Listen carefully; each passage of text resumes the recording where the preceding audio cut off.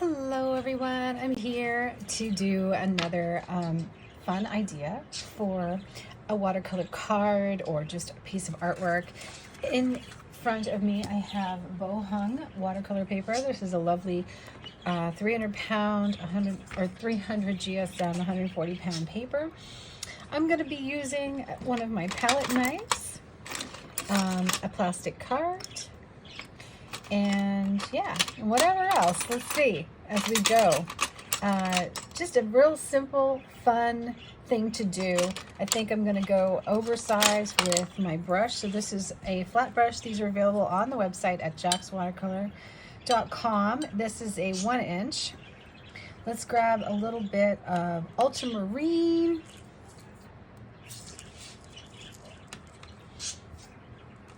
And very, very generous with it. Just doing something real abstract, adding some water, and I'm just dragging the brush. Then I'm going to dip into my golden honey pot, mixing that with my ultramarine. It gives me this beautiful green shade. Something really nice and abstract here. I want those yummy colors mixing together. Just kind of doing this here so that we get it nice and wet. Dab in a little more of my ultramarine. This is just right out of my pan on my brush, and that's just going to give me some of those neat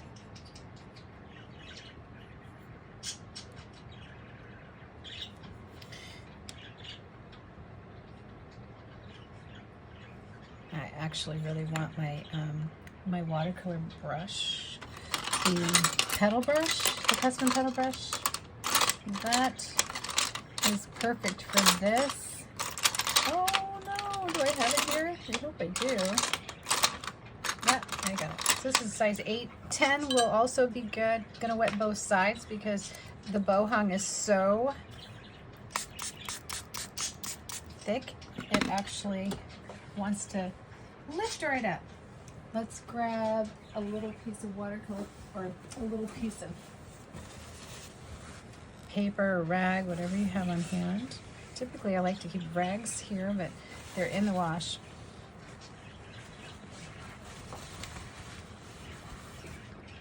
Let's clear in some space so I can get this in front of you, hopefully. This is all in play, and you can see it very well. Again, dipping into, as this kind of like sets, I'm dipping into my ultramarine and just building up some texture here, just kind of getting some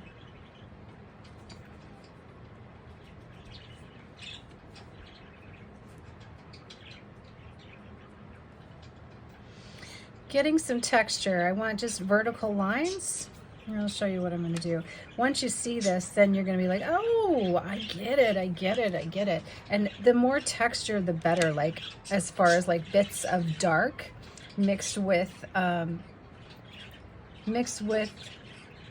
golden honey, so that there's some different kinds of greens in here. Take a little bit of the golden honey and let's get it in there in some of these areas. So yummy. And let's see how we do. Now I'm going to scrape some lines scored with the edge of my card. Then I'm going to take my palette knife and we're going to see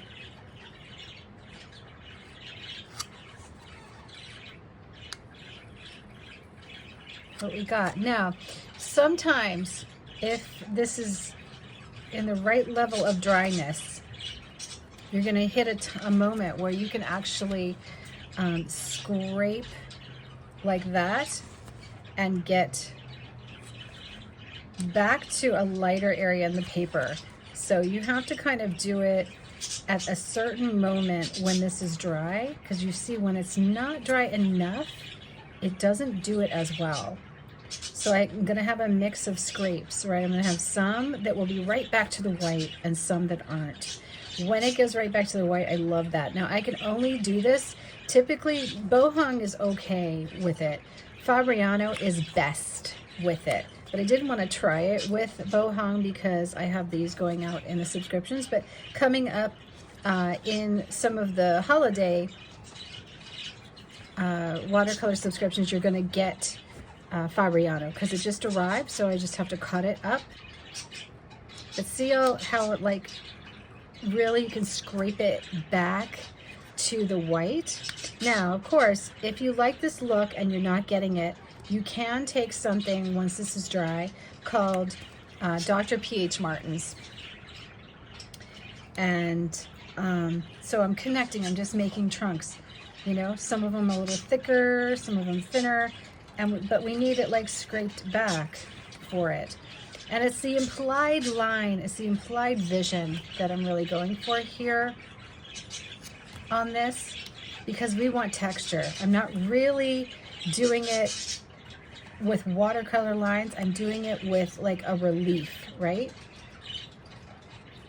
So it's a nice mix of different things. It's a mix of the bringing the white back onto the paper by scraping. And again, this is something that's a little more professional level tip and something you want to do on a very good watercolor paper. If you don't have good watercolor paper, you could take an acrylic white pen and do this once it's dry. Don't do it while it's wet or it'll spread.